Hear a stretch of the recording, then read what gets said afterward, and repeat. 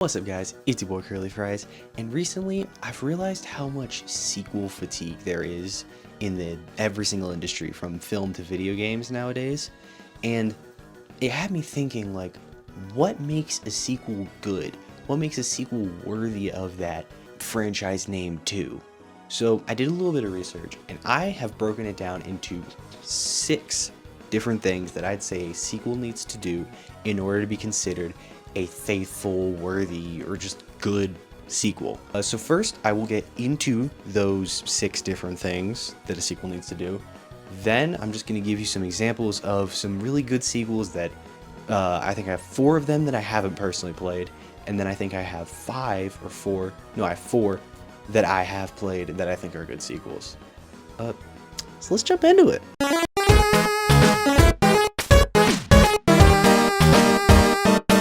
The first thing on this list of what makes a sequel good is expanding on the first game's mechanics.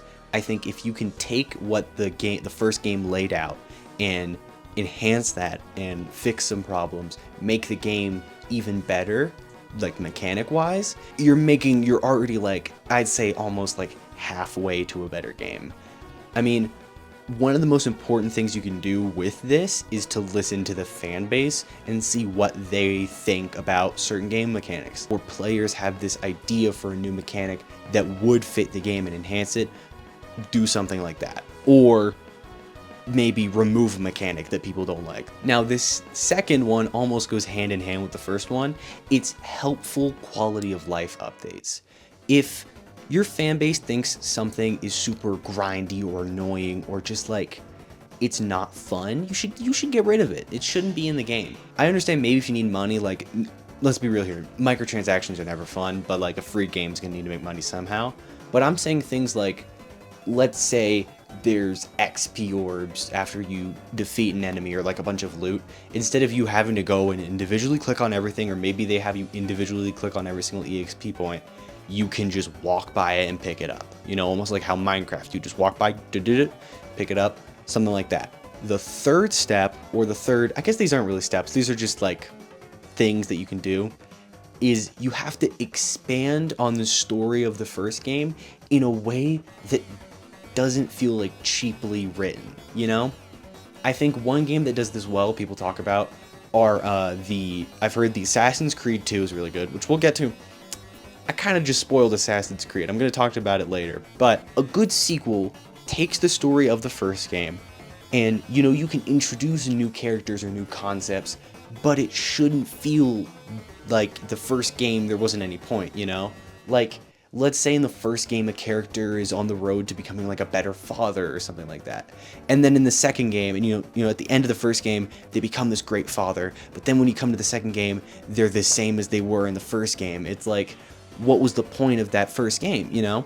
So you have to find a way, maybe instead of him reverting back to his old ways, you have him be having a new challenge of maybe like, I don't know why I'm doing like a dad simulator game, but like, let's say there's like, now he has to find a way to balance like the kid and then his work or something like that. Or like he's 2 kids and he's trying to make sure he's loving them both. It's a weird example, but like, you get what I'm saying. The story shouldn't feel cheaply written in, or like just cop-outs where it's like, I was here the whole time, I heard everything. Like, it should fit into the world that's already established, and it shouldn't feel like the first game was useless. Now, the fourth thing I would say on this list for a good sequel is improving the little things. Things that people don't really think about, like sound design, or, you know, little tweaks to a character design, or even just like the way the environment looks, or like even like UI and loading screens. Things people don't normally think about, but like changing them to make them better. In all of these, make it better, don't make it worse. I'm not saying change it just to change it. If it works, keep it, but if you can make it better, make it better. But I will talk about changing in the 6th one, which we'll come back to, but improve the little things. Maybe the game, like if it's a horror game, you need to improve the sound design to make it even scarier with ambient noises, or like little hints in like the voice acting, or like character designs. If a character design didn't really work in the first game, you can maybe fully redesign or just tweak a little bit. But I need water.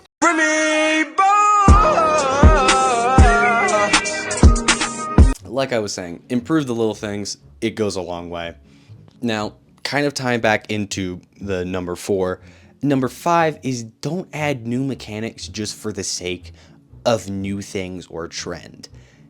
Whenever you add a new mechanic, or whenever you add something, or when you tweak something, it shouldn't just be, oh, because this is trendy right now.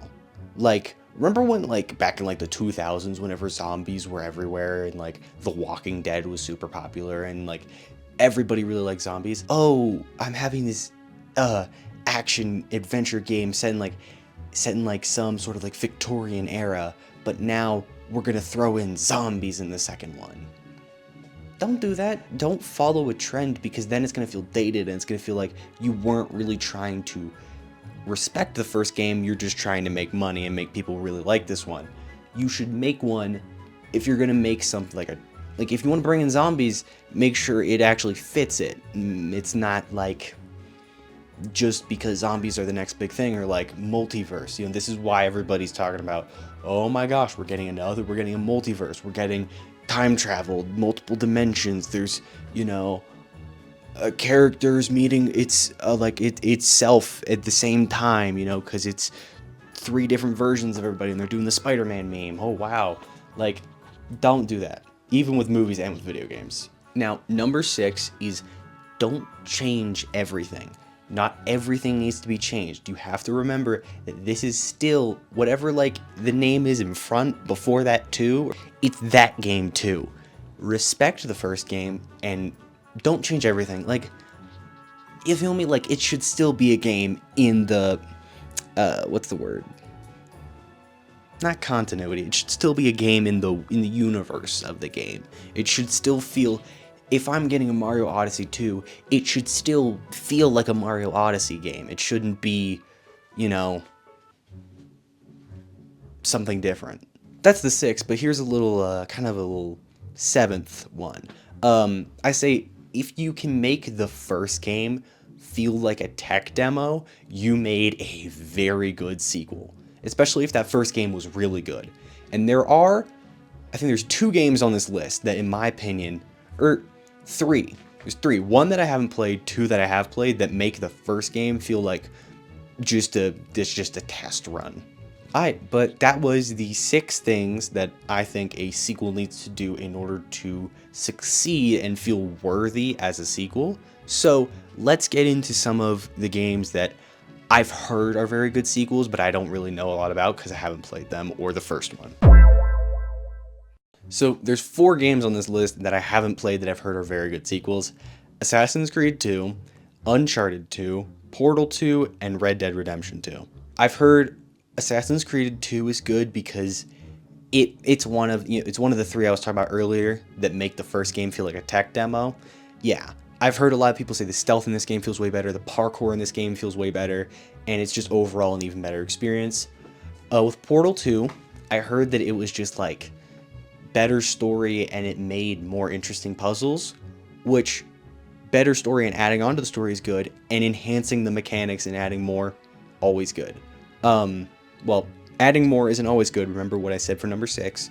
Then Uncharted 2, I heard Uncharted 2 just like was really cinematic, and the story was even better than the first game, and the gameplay was even better than the first game.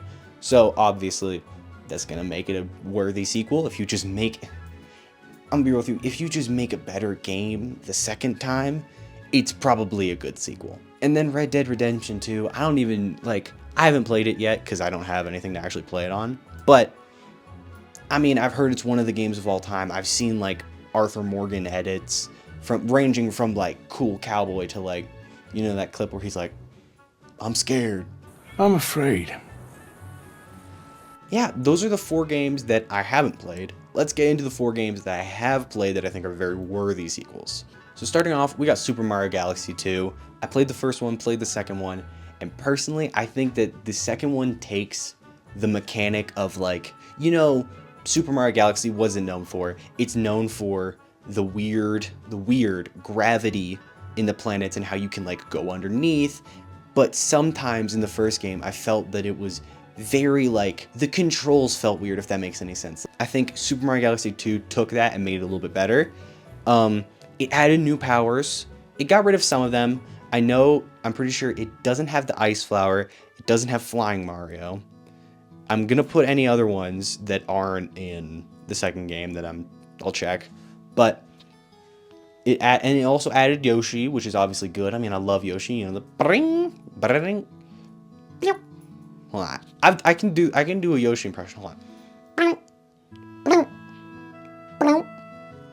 Hear that?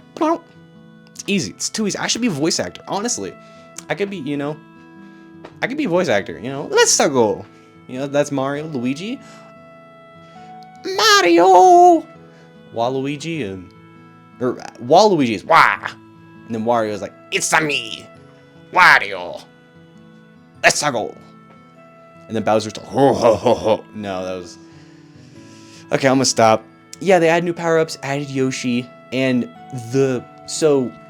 the way you get to different levels, they changed the UI. So now instead of like the big Terrence that was in the first game, Terrence, I think that's the right word.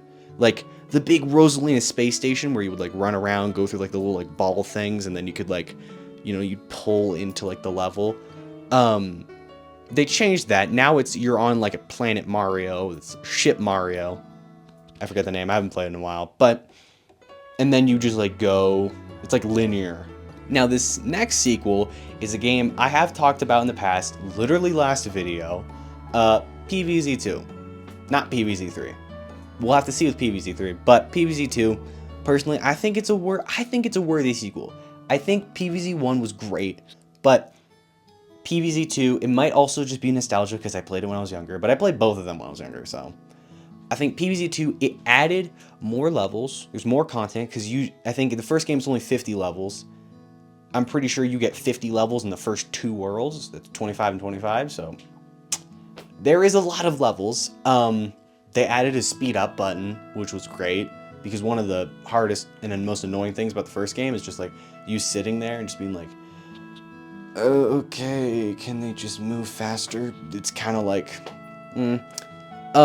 they added way more plants. There's a crazy amount of plants now. They brought back most of the old plants. Some of them didn't. Because like some of them like Lantern, like there wasn't any fog mechanic, so there was no reason to bring it back. But you know, they did that. They didn't change too much from like the mechanics of the game. I think they did make the sun like now you get 50 from falling sun. The sun production, honestly, there was sun inflation in that game. You get so much, which I'm not complaining. I get to use Winter Melon, that makes me happy. All right, the third one I have on this list. You might not be expecting this, Street Fighter 2. If you've never played a Street Fighter game, Street Fighter 1 is not at all what you think it is. Street Fighter 1, you only play as Ryu, and then you just fight, there's like a couple dudes that are like unnamed. They just have no personality, and then eventually you can like fight Sagat and some people you might recognize, like I'm pretty sure Birdie's in the first game. Street Fighter 2 makes Street Fighter 1 look like a stick figure compared to the Mona Lisa. Like, the improvement was insane. One, in the first game, you only fight as Ryu and Ken, the same character, just, it's Ryu but blonde and American, so, but Street Fighter 2, it had 10 characters. I mean, there was, and some of these characters are like the classics that like you always think of in Street Fighter, like, you know, like Cammy, Chun-Li, Zangief, Honda, Dalsim. You know, like when you think of Street Fighter, you think of those characters. Or M. Bison. They all, like, were made in Street Fighter 2, not Street Fighter 1. Street Fighter 1 was, like, only Ryu, you know? And some of these characters in Street Fighter 2, like Zangief and Dalsim,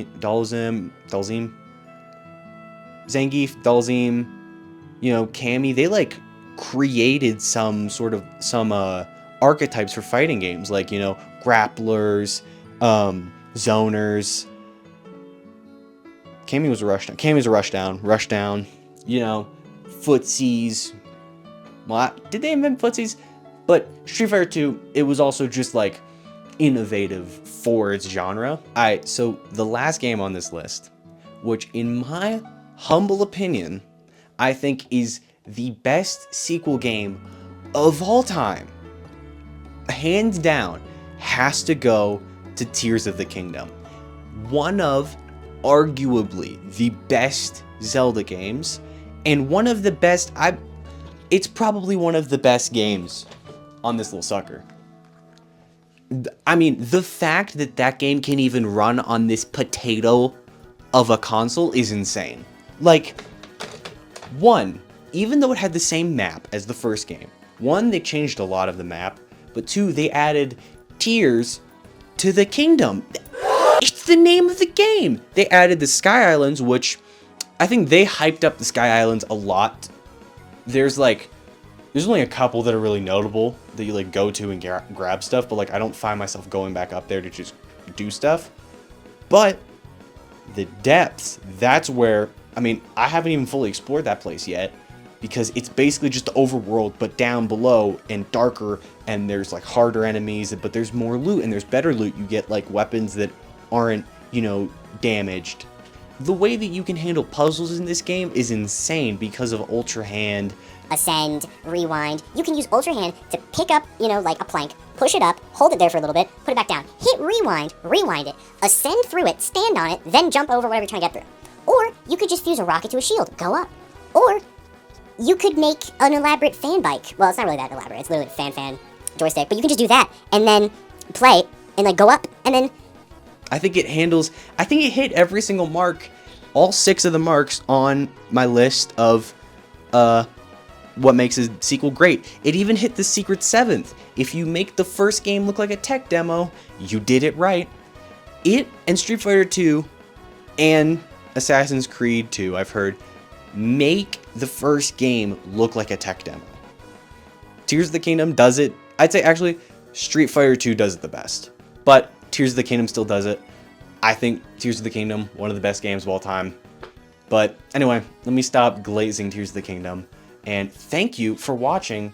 But also, I want to thank you guys for the support on my last video. It's crazy to think that this right now is my 6th video ever.